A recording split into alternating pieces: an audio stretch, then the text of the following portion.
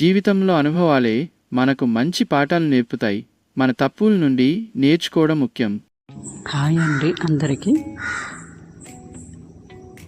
ఈరోజు మీకు అరుణాచల్ ప్రదేశ్లో గల బెస్ట్ గవర్నమెంట్ స్కూల్ గురించి తెలుసుకున్నామండి. ఇది ఏదో సాధారణ స్కూల్ కాదు. ఇది independent golden jubilee government higher secondary school పసిఘాట్లో ఉందండి.